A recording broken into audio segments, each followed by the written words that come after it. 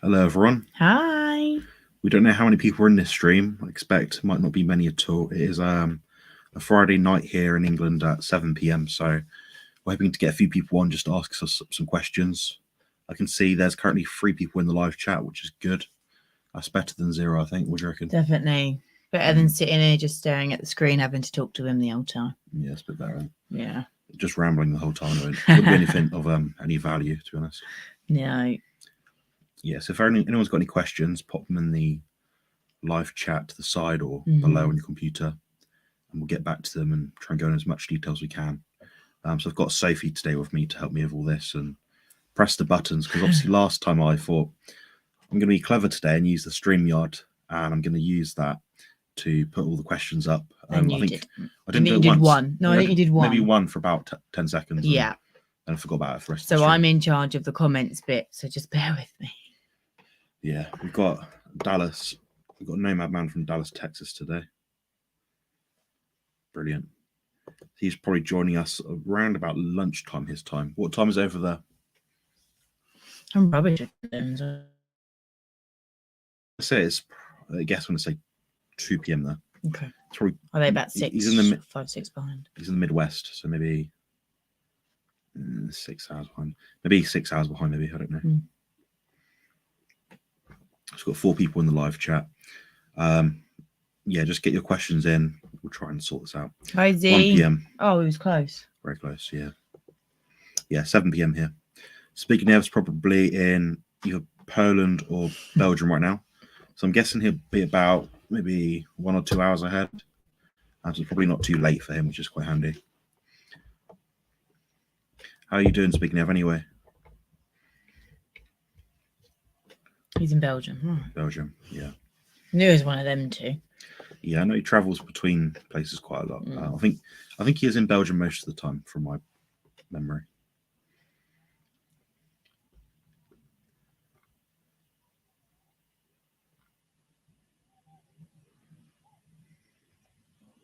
If you do have any questions, just pop them in the comments. Just got back in from work. Good. Yeah, it's probably quite a late shift for you, isn't it? Yeah, it's nice to see you as well. We do try to get these out at quite a sensible time. Obviously, we can't do this very well during the day, because it means if we're to do this at lunchtime for us, it means we're missing basically all my viewers. So if I put this out at lunchtime today on a Friday, so that'd be 1 p.m. British time, we wouldn't get a single person on it. No. Half my subscribers are from probably Australia or somewhere out there, around America, this area. Yeah. The other half are in the US. So James said, Texas, heard they've got good beef out there. Overrated beef. Thanks for joining, James. Yeah, nice to see you, James. So James will only be in this chat for probably a few minutes, because he's got to be off quite soon. But I'm glad to see him here. If you have a question, James, before you have to leave, pop it in. I've always wondered this about places over the world. So if you look at our ribeye steaks, they've genuinely got quite a yellow fat cap on them. When you look at the ones that we see in all the thumbnails from people in the US, they're not very yellow, so they're not very perhaps rich in vitamin A. That's a guess anyway. I know there's an indication that the food you give the animal changes the fat composition and color. So I'm wondering what it's like in perhaps Texas. I mean, their meat seems different to us. They cut their steaks a lot thicker than we do, about twice as thick. I don't like it overly our steaks thick. are maybe that thick. What's that, about an inch? About an inch. Then American steaks are about 2 inches probably. Yeah, I think if they're that thick, you either can't cook it properly. I know James likes it basically blue, but I think otherwise it just gets really dry and tough on the outside, doesn't it? Because it's so thick to be able to cook all of it. Well, get a good sear on it at least. Yeah. Yeah, we're happy to talk about anything related to training, exercise, health, biohacking. Biohacking kind of is a combination of all 3 of those points, I think, but a lot of people think it's we're a bit out there, so I put all these things listed in the title usually, or in the description. Proud of British agriculture. Not perfect, but by and large, it's all Yeah, I can agree with that. I mean, we have. So, for anyone that doesn't know, the UK left the EU a few years ago. It doesn't feel like we have.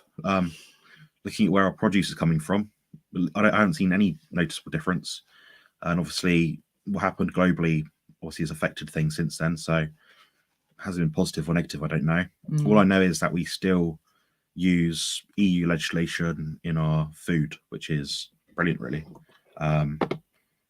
In that we have more rules to keep things out of our food that shouldn't be in there. So I think that's very helpful. So James got a question.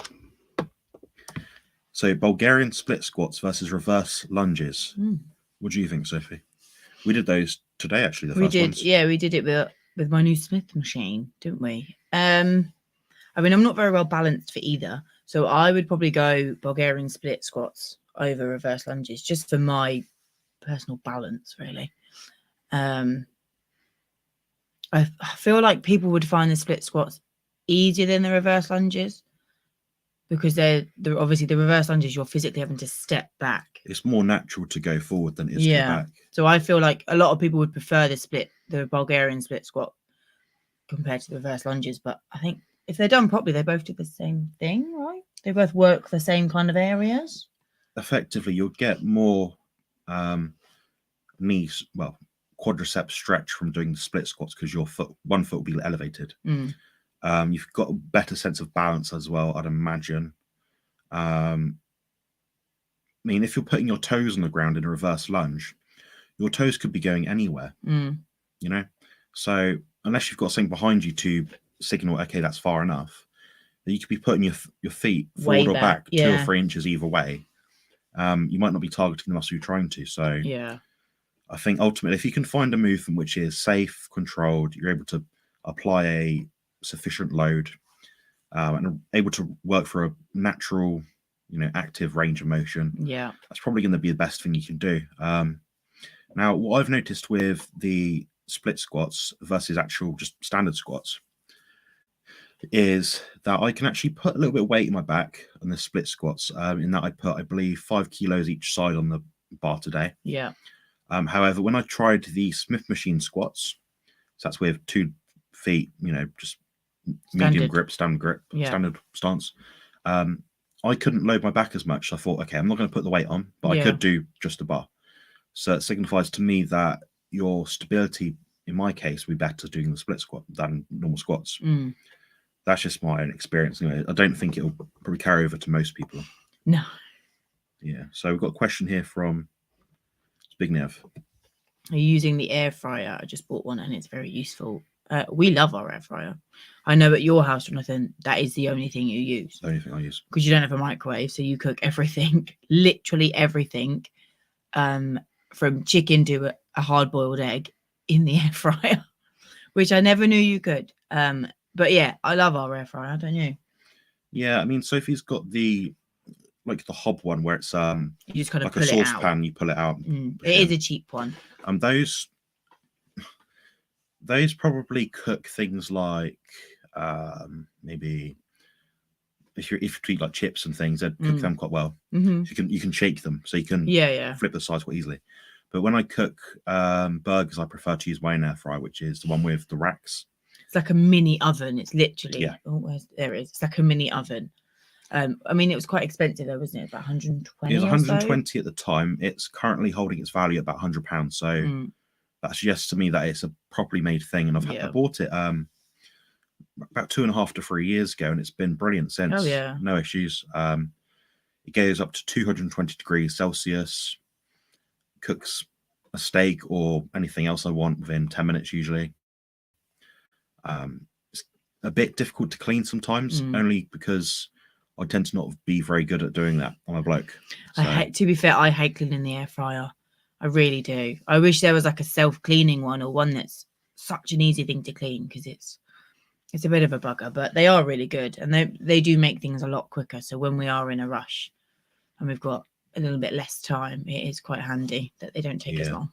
I mean, it'll be very difficult to get a proper sear on them like you'd get from using a pan and some butter or some beef tallow, but I think for ease of use, it's probably the best method that I can think of. And if you're short on like space as well, isn't it? Definitely, Quite yeah. handy. What else is there? I mean, there's some indication that having like the Teflon non-stick pans is bad for you because of the different materials that pass through the metal into the food that you're cooking.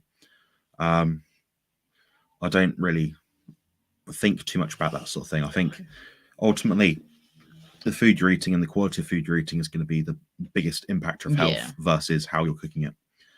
By that notation, you're not going to be then, I don't know, putting a ribeye steak and boiling it in water for 10 minutes because that's not going to be enjoyable, and that's probably going to ruin the steak. It's going to leach out probably quite a few minerals, I'd imagine. So it's, there's an element of enjoying it plus being able to get the food in plus cooking the right food. So got another question from Z. Do you like chin-ups? Are they as effective as they say? I think that they're good for.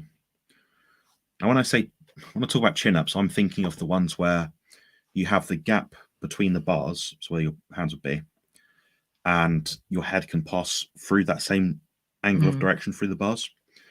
When you're doing that, you're training the lats through a more lengthened position in that the bar isn't in front of you, because if it's in front of you, you're going to be using muscles in that plane, so like a slightly diagonal plane. Now, if it's directly above you, the muscle's going to be directly above. So that's going to work your teres minor more, and muscles around the upper back a bit more.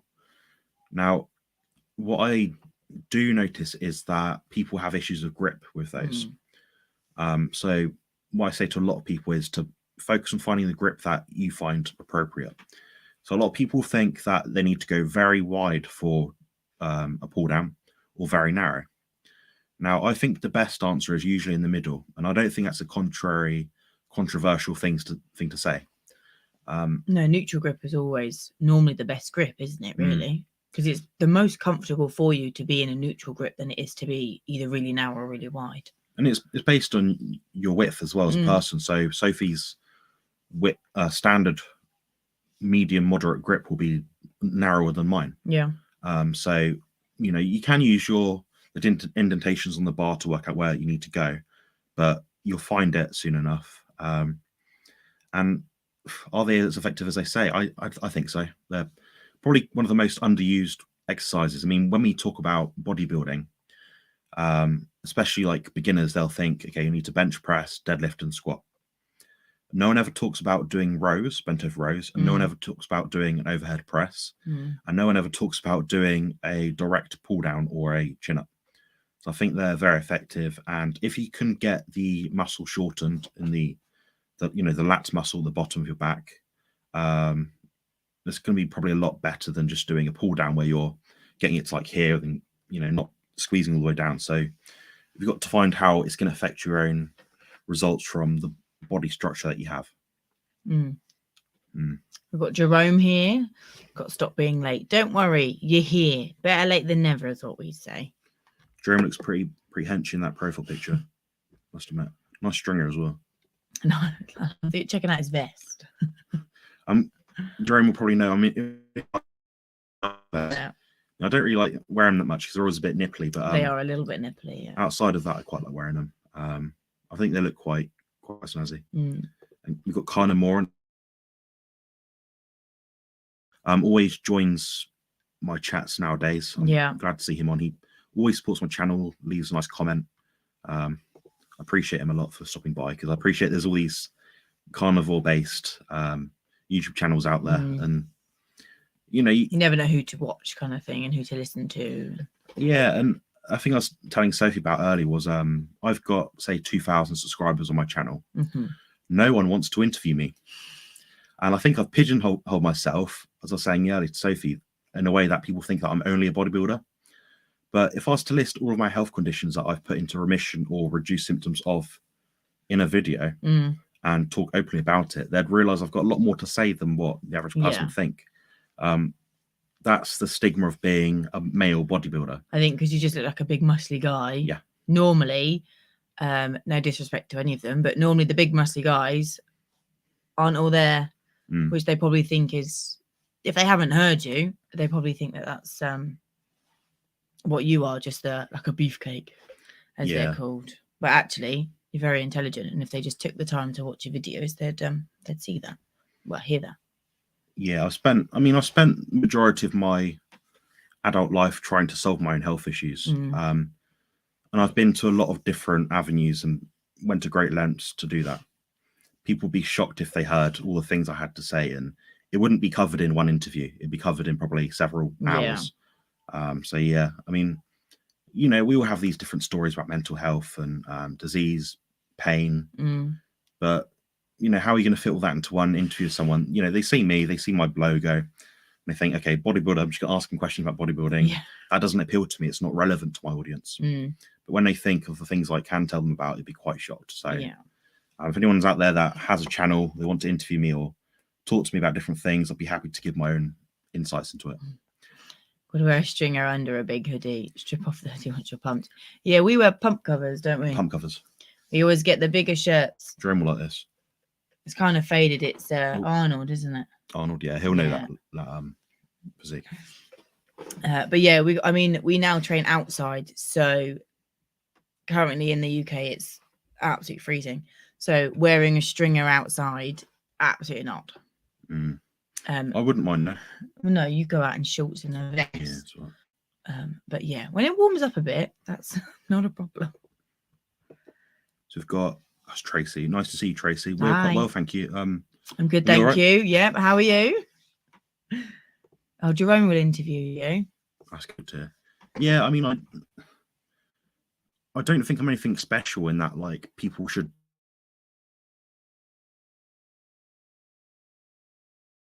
have maybe 50 subscribers of typical story. I'm an advocate for mental health, also like making it better.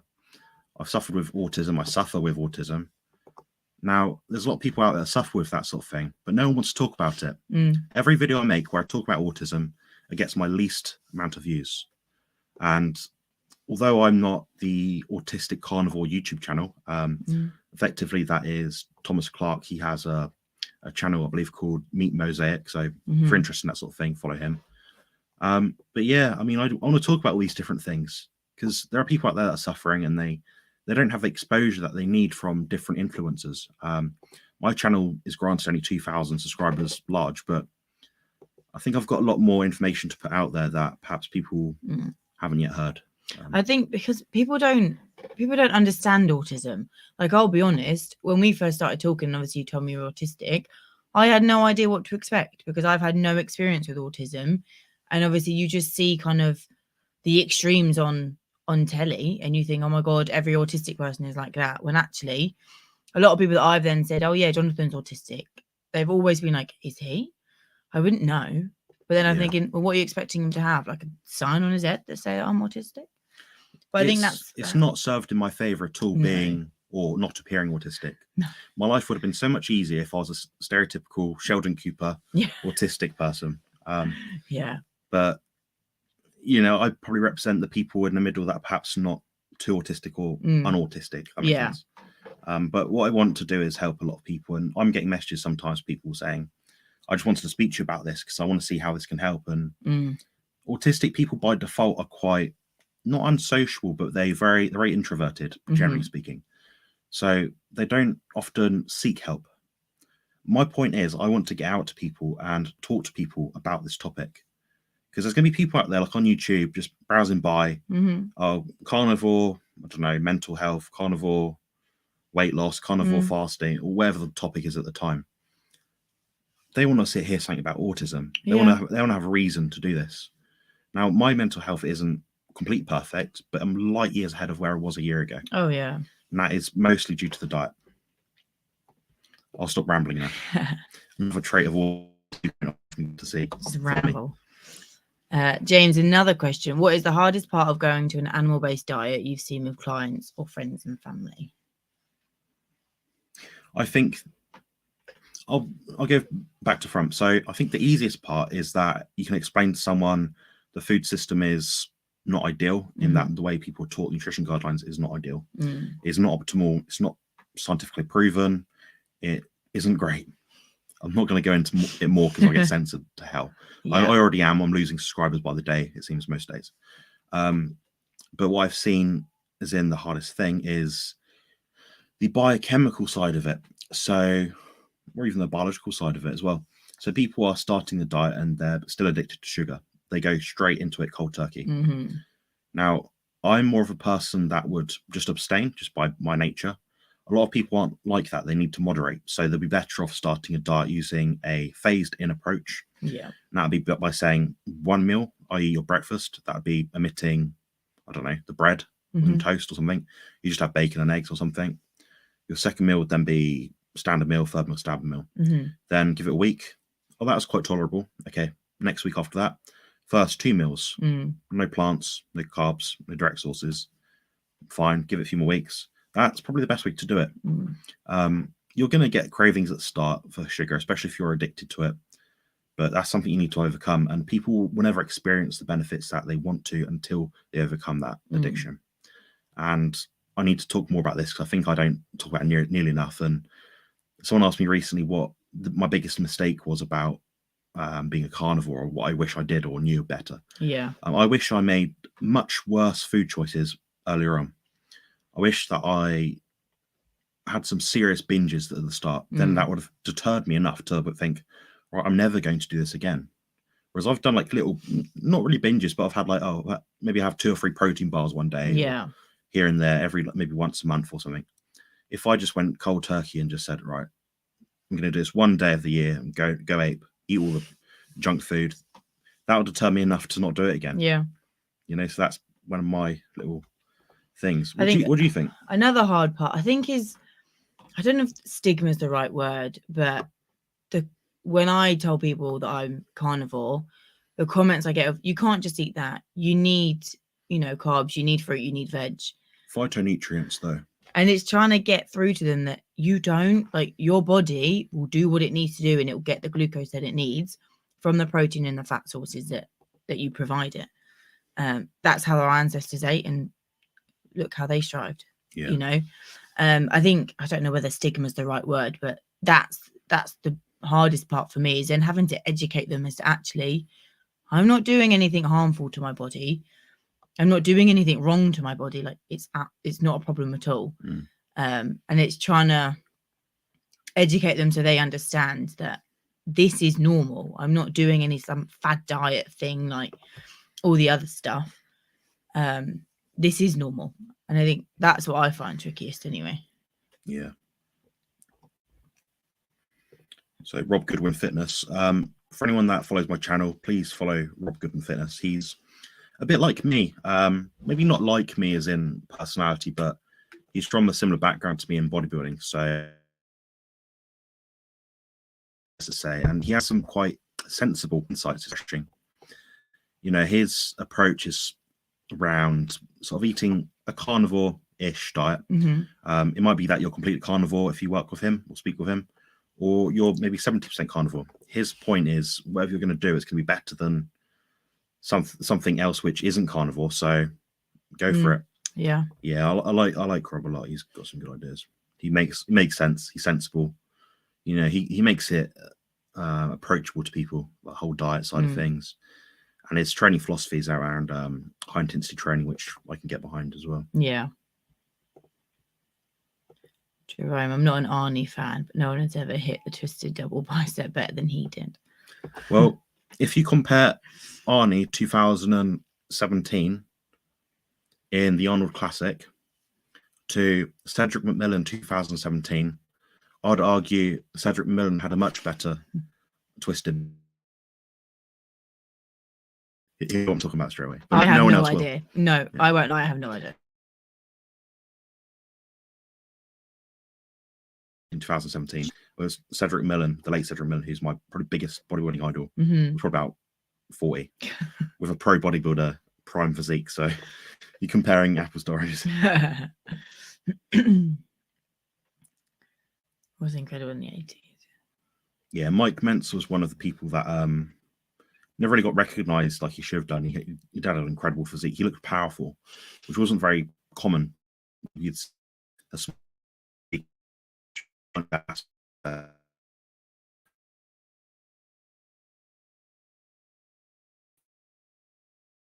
say, oh, you don't talk about, he looks better than you.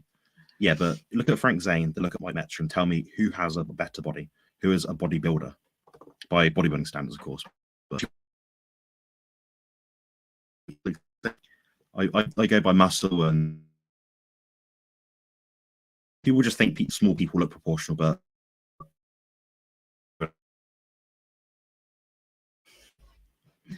Big Nev asked something at the top. Are all your clients carnivore? Do you see a huge difference in their progress? Are they? I don't think they're all carnivore, are they? Okay, so or if they are, they're all my current clients are carnivore or 95% by energy value. You can talk about like protein, carbs, and fats. Now, I had 2 clients which paid for my diet and training plan. You know, they had the offer of being coached by me, and that's fine. That's, you know, I did a 28-day plan. Not one of them followed a carnivore diet, and not one of them returned any feedback to me at any point during those 4 weeks. Now, that suggests to me that they couldn't stick to the plan because they're still addicted to sugar. Now, do I know that's fact? No, but it's just a wild speculation.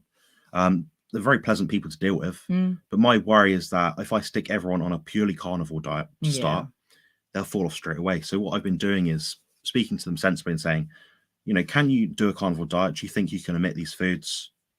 Yes. What were you doing before? Okay, standard Western diet. Okay, what we're going to do is we're not going to turn you into a carnivore straight away doing beef and eggs 3 times a day. You're going to be doing a diet which is maybe, you know, a mixed carnivore diet plus some fruit or plus a potato or something.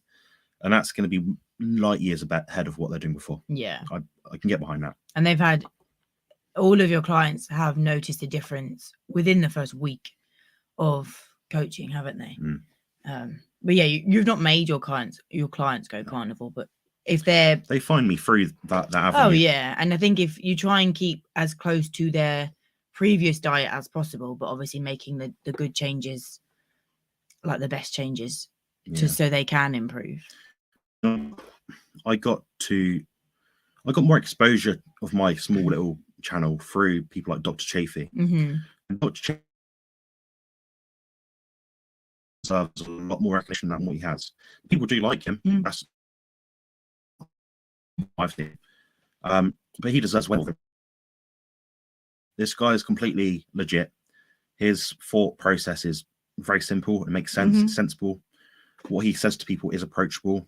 You know, he's not recommending anything crazy, but it will make sense to me. So there's different avenues to tackle this. And I think if you're doing anything better than the standard Western diet, you're onto a much better sort of track in terms of life in general, I think. Yeah. Rob Goodwin Fitness said, I want to be like you. I don't know why you'd want to do that, Rob. You're probably better than me. I was going to say, me, you want to be a female? I mean, that's up to you. I don't know. I've seen his backdrop in his videos. I think it looks pretty sick. He's got like the corner of his room, it looks like. Yeah. All his trophies stacked up high. Nice sort of lighting, colouring. You know, it's well lit. Audio is always perfect. Yeah, what I want to do at some point is have all my trophies behind me, and we'll compare who's better. Get a floating shelf, shall we? Get a floating shelf like a conveyor belt of trophies. Yeah, but Rob will know, just like himself, the whole bodybuilding thing and trophies, it doesn't mean a lot. No. It's just something you look at and think, oh yeah, I remember doing that and that was good. But in your head, you sort of you enjoyed the moment that you had at that time. So, you know, people say, oh, you got to get this trophy and become first place. That's good and all, but what you want to experience is the moment you get that first place win, when you've tried so hard to get it. When you're literally vomiting outside the gym to get to below 4% body fat, when you're falling asleep in the gym because you have no energy, when your intake of nutrients is so low that all you require is energy. So you don't even want, you know, chocolate and sweets and junk. You just want anything that will make you feel better. So yeah, Rob knows what's like. Z, you're so kind. Yeah, his Big Nev's always a positive character. Always on a my positive. Channel. He's one of my clients, and he's probably one of the easiest people to coach that I could ever wish for. He provides detailed responses. He gets back to me quickly. He's very honest as well, which helps. He's very straightforward. I find people particularly like people maybe from Poland, Germany, anywhere, that sort of side of Europe. They're very straightforward people and they're great to deal with. I've got another client. He might not be in the chat right now, but he's great as well. I think honesty is the best policy though, because he can't help you if you're not honest, and it's only going to affect you. So if you want to lie to your coach about what you've had or haven't had, then it's just going to affect your progress. But yeah, it's good that you're honest. What I like about Rob's channel here is he said, "Thank you, brother. If you've not liked and subscribed here, do it now." Is that a lot of people in the community online bash other people, and they'll say, "You're doing this wrong. You're doing that wrong." And we've seen it recently. Rob knows who I'm talking about. Bart's having to deal with this now. Yeah. I'm not going to talk negatively about people because it doesn't help me at all. I don't really care. But what Rob is, his whole mantra is basically do something that's better than what you're doing before. I don't think that's anything controversial. No. He says basically get fit, do some exercise. He's an advocate of racking, which is basically walking with a weight attached to you. Usually not for too long, but that it's work. So it'll support your bone density, it's exercise, it's getting you fitter. So he's not saying anything revolutionary, but sometimes the most core things of anyone's plan is going to be so simple. Yeah. They could just hold Maddie and walk around, couldn't they? Surely work up their muscles. I'll open a new window and try to lift that up. Do you know what he's talking about? What's his name? Menzi. Go back up. He knows Mike Mensa. Yeah, you said to look at the difference of two people. I just forget who they are because I don't. Yeah, Jerome, watch his. If you type in like Cedric Melon Arnold Classic victory speech, it'll be in there. It's like a 15-minute video, but it's like the most epic thing ever. But don't do it now, Jerome. Finish this live chat and then go do it.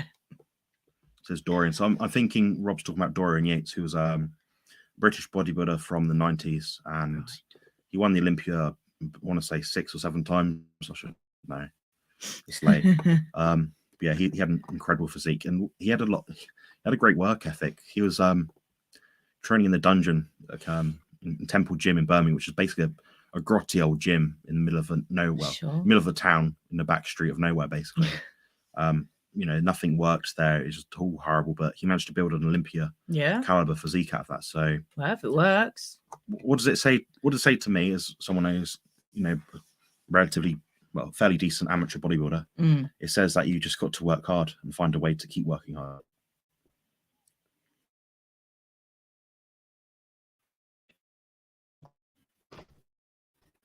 Issues, I shouldn't be trying.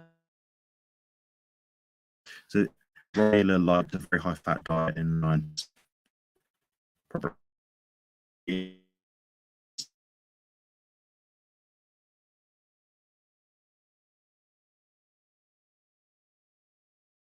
Because you had the likes of trying to think, like Dorian Yates, Sean Ray, Flex Wheeler, Kevin Lever, all these people, they kind of shout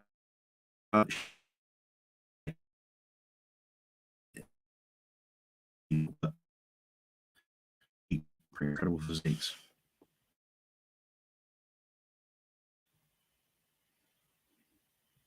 From competition body.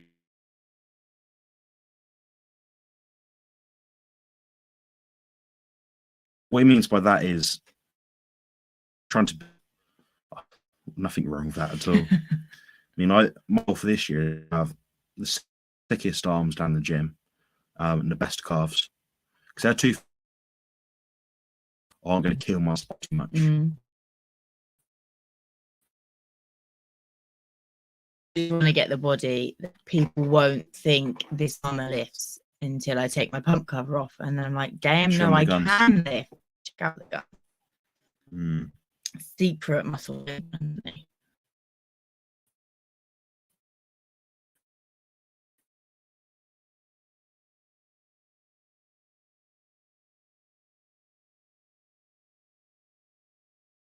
His podcast, Bacalta, to be on hers. I can do email intro if you want. Yeah, so Robert Sykes, I like his videos and he's quite straightforward. He invented something called the keto brick. There's nothing wrong with anything he says really, other than the reverse dieting thing, which I've already debunked in a video. I've trashed it. I've taken it apart. I did it quite quickly actually, but if you look at the studies, I'm going onto a ramble here, but that were mutually accepted. Yeah. Thing is, if he starts talking to me about reverse dieting, I'm going to open a whole can of worms. Yeah. So I don't want to upset people and be rude to people on their channel, because if they're inviting me onto their channel, it's not ideal, is it? No. But I need to get in touch with Kelsey Bacolta, so try and remember that. Kelsey I've not heard of him or her, so yeah. I just hope that we've said the name correct. Yeah. So I'm trying to look up Cedric Melon's twisted double bicep. Yeah, I think it's excellent. He's got the whole like quad ham sweep going on. He's got incredible delts of good real definition, not synfold delts or anything. He's got the brachiodorsales, brachioradiodorsales, the biceps brachii. He's got the triceps with the striations through them. He's got pretty decent forearms considering. He's got the traps. His traps are very good. He's got the lats with like the taper into the waist. He's got quite low lats. Yeah, so Jerome's found the video of Cedric Melon's speech. I'll watch it after you guys are done. Yeah, you'll like that, Jerome. I think it sends a tear to my eye quite often when I watch it. I mean, what he basically says is my dream has always been to be the best bodybuilder in the world, or win an Arnold Classic title. And he did that. And he talked about his story about how he got into bodybuilding. He's watching Conan the Barbarian, which is obviously Arnold Schwarzenegger back in the day. And he said, right, I'm gonna do that. I'm gonna become a bodybuilder. And he did that. And he said, what did he say, Sophie? This is for you, baby Cedric. Hey, baby, this is for you, Cedric. So it's quite sweet the way he is talking to himself. Yeah. As a child, as like a little 10-year-old kid sort of thing. Yeah, because he said, I'm going to be a muscle man when I grow up. And then he did. And how many people can go back to what their childhood dreams were and say they've done that? Yeah. We all have them as kids. I mean, when Tilly was asked in nursery, what would you like to be when you grow up? She said a swimming teacher. And at that point, she didn't even like the water. So I thought, I don't think so enough. Yeah. But I think, when you're a kid, when you're younger, you say all these wild things that you want to do, but you don't actually do them. Like, I can't even remember what I said that I wanted to be when I grew up. I have no idea. I wanted to be an architect. Yeah, I don't know why. I think I was always obsessed with like making things out of paper, and no, that's an archaeologist. Oh, is it?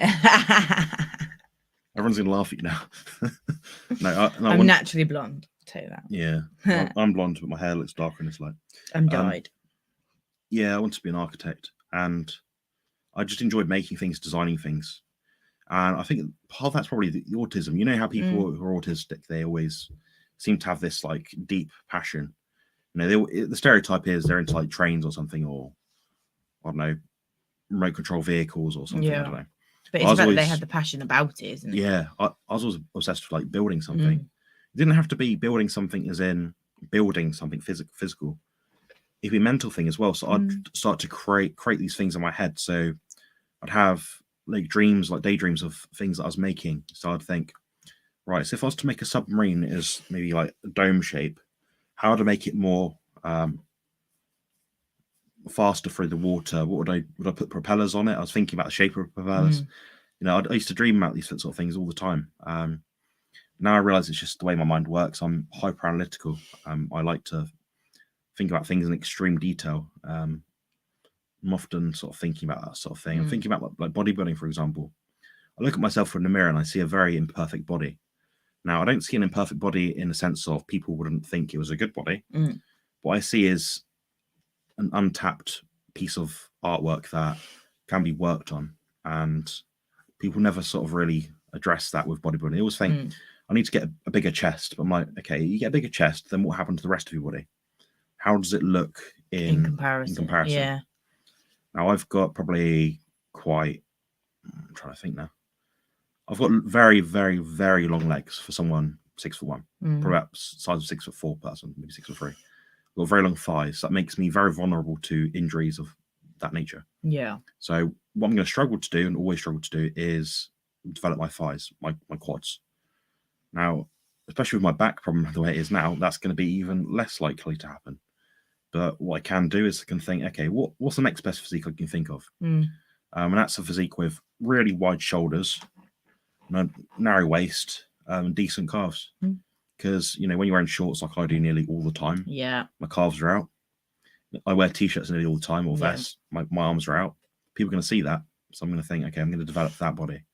And it's not so vain like people think. It's more when you see yourself and you inspire other people. So I get people at the gym just watch me train. They're clueless. They don't even realize they're just staring at me the entire set. Oh no, I know I'm staring at you. Yeah. Yeah, I make a point in staring at you. Yeah.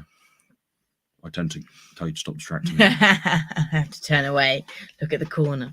Do we have any more questions from anyone before we wrap out? Well, it depends how it goes, but perhaps 50 more minutes. Going back to your building story though, if you end up buying Tilly Meccano, I know it's really for you. Yeah, I like Meccano. Yeah, Dad likes Meccano. My back looks like a Meccano set right now, but you're not building anything on it. Damn. Yeah, we could do dart to dart, but with lines. Perhaps we could talk a bit about the home gym that we've just got. Yeah, just got a home gym. So what is it? A Smith machine, a pec deck, and a leg extension leg curl machine with preacher bicep curl attachment. Is that right? Yeah. Hey, I remembered. Yeah, it's pretty good. Pretty good deal, actually, to be fair. It was like, what, a third of the price? Yeah, it's a third of the price. Of a sale price. Yeah. So it was a chunk of money. It wasn't, next to nothing, but it was very cheap compared to what it would be originally. Yeah. We've sussed out how to make it smooth now. So what I wanted was a Smith machine with a cable high and low attachment to it. We got exactly that. Yeah. Now, why did we get a Smith machine? Isn't it better to do barbell stuff? Not really. When you're training for maximal effort without a spotter, in some cases, you're going to be better off a million times over on a Smith machine. But we also have the option of the barbell rack because it does have J hooks on it. Yeah. So perfect for us. I mean, if we want to do some barbell stuff, we can. It's not going to be a big deal. Yeah, it's different for me. Like I have been to like a big gym, but I never did any like weights and stuff. I just did pointless cardio. But I used to train at my uncle's gym, Birth and Wellbeing, and I was by myself or, with my child. So if I got stuck doing barbell stuff, I was screwed. But I'm learning how to use a Smith machine. So everything's a bit new to me. So I'm kind of starting from scratch, really, kind of going back to starting point at the gym and kind of going with like no weight or low weight and then building up again, really. But it's good. Obviously, I got Jonathan's recommendation of what to get because I'm still learning all the gym stuff. So I thought, well, I'd rather run it by him since he knows it. He's had, 14, 15 years in the gym. So he'll know what's worth it, what's not, what's good money-wise and what's not. Yeah, I think I can't really reinvent the wheel when it comes to training. Find an exercise that is safe for you first so you don't die. Then try and determine if that exercise will allow you to push hard. So it may be that you do a barbell row and eventually your back hurts or your rotator cuff gets sore, so you have to do it in a different position. Yeah. So then you wouldn't do a barbell row, for versatility, your best bet will be with a Smith machine if you're going to have one piece of equipment at home. Oh, yeah. Perhaps cables, but you can't really load in terms of a squat doing cables. So no. That's where I stand there. So what's this? We got a message from Bruce Wayne. Do you dextrose or waxy maize for post-workout carbs? If so, which one would you recommend between the two? You go first. I don't know what they are. Yeah, we don't. I won't lie to you. I have no idea. I'm hoping I said it correctly. Yeah. But I'll leave that one for you, I think. Yeah, so we don't take anything in terms of pre, post, intra workout carbs. We have pre-workouts sometimes, but they are sugar-free. They're just sweeteners and lots of different junk like that in them. I quite like them. Mm. Am I addicted to them? Probably not, but I do like them a lot. So Yeah, we try and find the ones that taste the best. yeah, the best We have taste is definitely best. found some that are questionable to taste, very powdery. Yeah, so back to the question. So waxy maize is a very low quality carbohydrate source. Mm-hmm. How do I know that? It's usually one of the cheapest that they include in formulas. Another reason is it's probably one of the most indigestible in that it causes heartburn, gastric distress, and we tend to feel sick when you have it. Now, dextrose isn't much better. I don't really rate it that much. I mean, most people that I know that train with carbs recommend cluster dextrin the most. You'll be paying more money for that, but you're going to feel better when you're training doing it. So yeah, I don't do any carbs at all in terms of food like that. What I do sometimes is in maybe once a month is I have a meal out with family, friends, or whatever it is, and that meal will be something that isn't too bad. It might be a kebab. When I say kebab, I don't mean like fake formed meat. It'll be proper meat, maybe with some sauce on it, some salt, seasonings, a little bit of salad, a little bit of salad. So it's nothing out of the blue. It's nothing crazy. It's not. It's not like carb overload, is it? Yeah. I think when we go out for like date night or something like that, we either try and find a place that's as well suited as possible, or when we go out with family, we don't use it as an excuse to go crazy. We still try and stick to as close as possible, because otherwise, I mean, you suffer more than me, but otherwise you're the one suffering the next day. So what's the point in going carb crazy for you to then suffer the next day? And for you kind of suffer 3 to 5 days afterwards, depending on what you have, isn't it? Yeah, it's not worth doing for the sake of something you kind of enjoy. I think I only suffer as in the scales go up because I'm obviously storing the water weight. That's the only really part that I suffer with. People like to get on the carbs and they see me and they'll see a 6'1", 240-ish pound bodybuilder in relatively decent shape. Think, I bet he's doing carbs. I bet he's got like some sugars in his pre-workout or something. I've not got any. It's nothing. My carbs each day are generally speaking around 20 grams, and that's from dairy, eggs, protein powder, which counts as dairy, I guess. Yeah. And that's when I have it.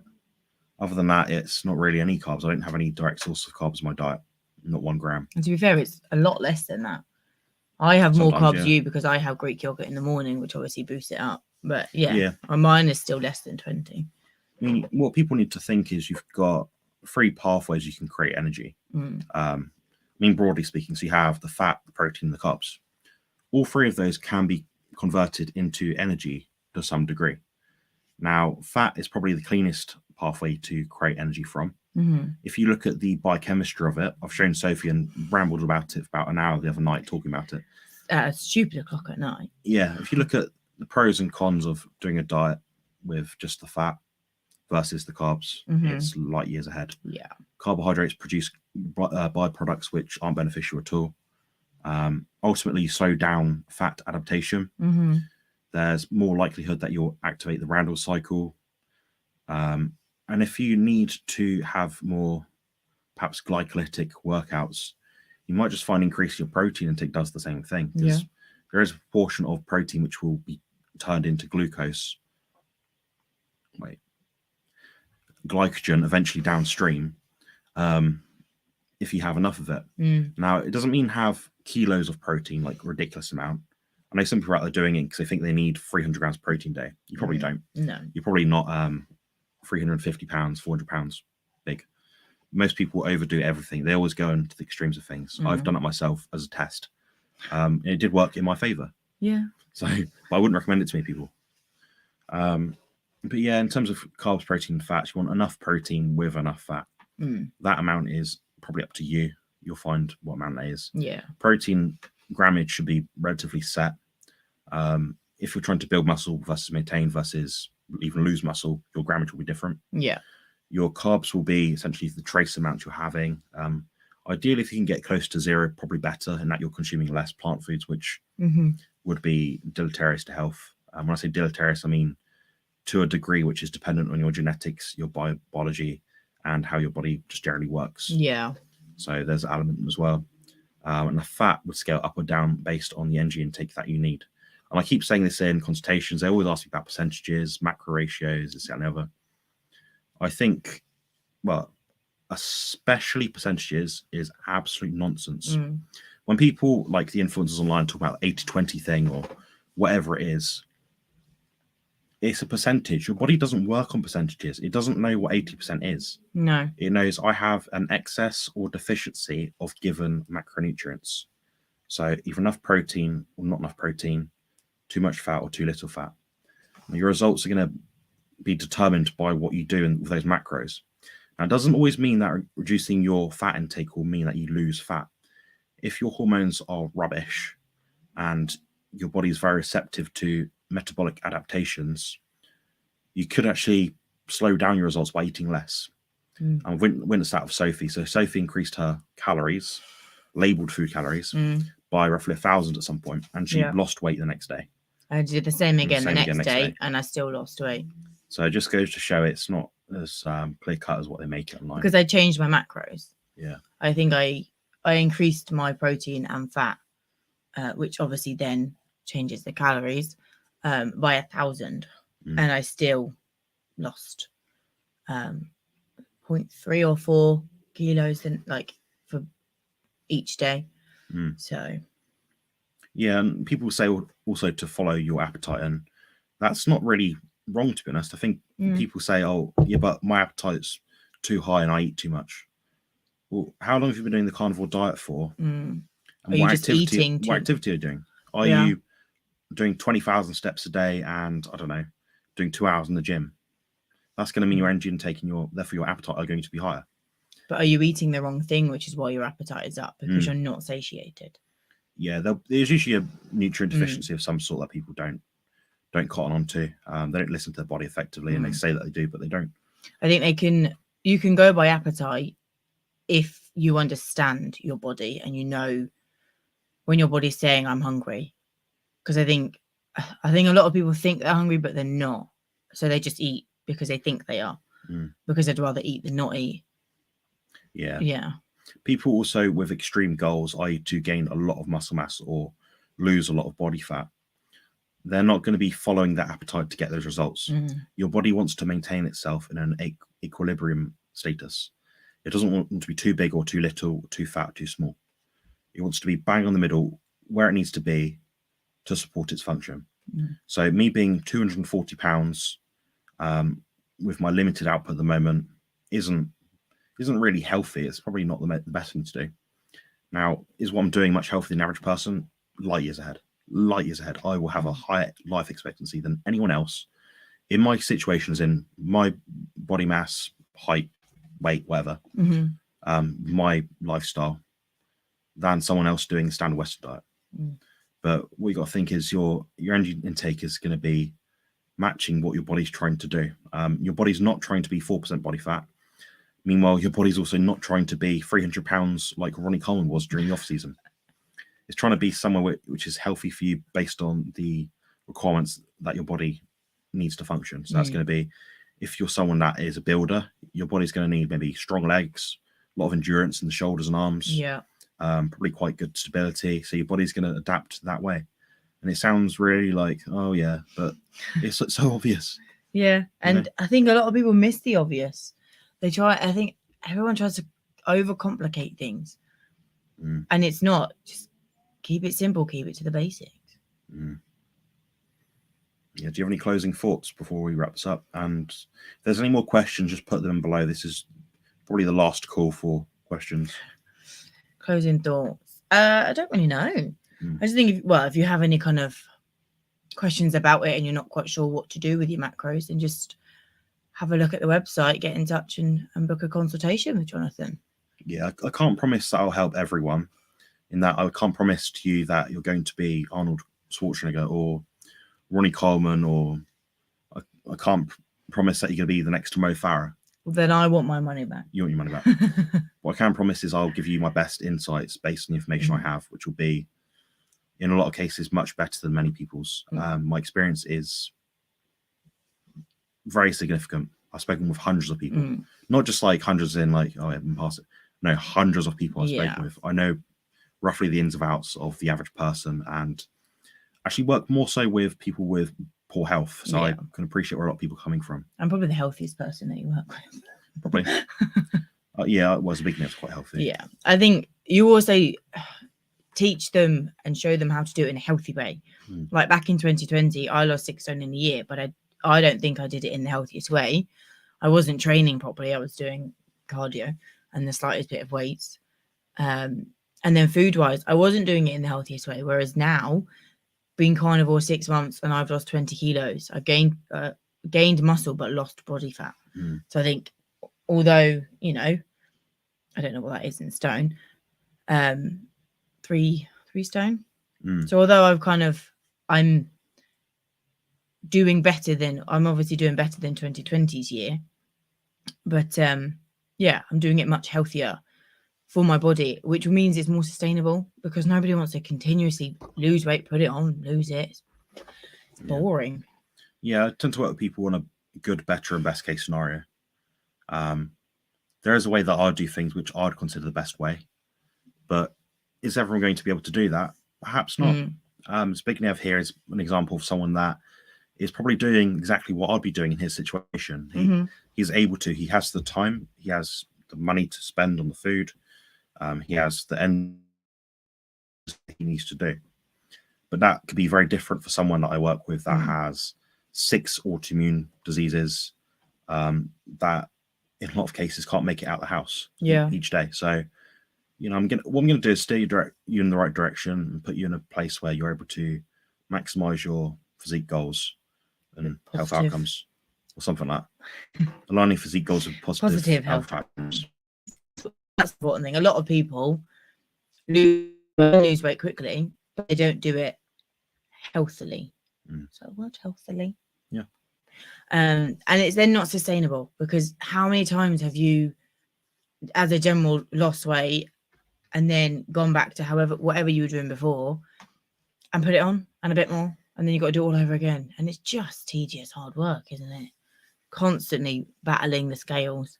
Yeah, I've been up and down in weights. I've been as heavy as 125 kilos. I've been as light in my adulthood as 95 kilos. So that's a 30 kilogram span of weight, so around 65, 70 pounds, something like that. Yeah. So I've been on both sides of it, and I was muscular either way. But I've been able to gain muscle, lose fat, do all sorts of different things just by taking a sensible approach and ultimately addressing my health, because I think that's very underrated. And one thing that bodybuilders are often guilty of thinking that they're healthy. Yeah.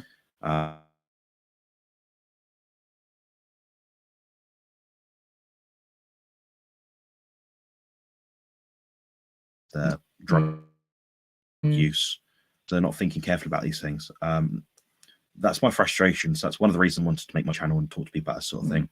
And maybe align them a bit closer to the proper human diet, which is the carnivore diet. And if it means that they do the proper human diet plus fruit, it's a bit better than not. So yeah, I think if you're struggling, I'm hopefully soon going to be doing consultations myself. We can help you. I think that to start is the hard. Just on a side note, I work with some people, and I spend a lot of my time actually on forums on Facebook, online, just trying to help people. Part of being helped is being receptive to that help and accepting it. I was quite guilty in the past of often thinking I knew better than the person I was asking, or the website I was reading. I've had enough sort of health implications now to realize that I should have listened in some cases. In other cases, I'd say in most, I should have not listened. They led me down the wrong path, and that was worse. But it's okay to be wrong sometimes. You live and learn. I'm sure I'll be wrong very soon with something. I'll see something which is completely contradictory to everyone, and I get told where to go. Brilliant. All right, we're going to wrap it up there before it goes over 60 minutes. Okay. All right. Thank you very much for waiting watching. for Tilly to reply. Tilly's comments. You'll be waiting a long time for Tilly's comment. She says a lot of things, but she rambles more than him.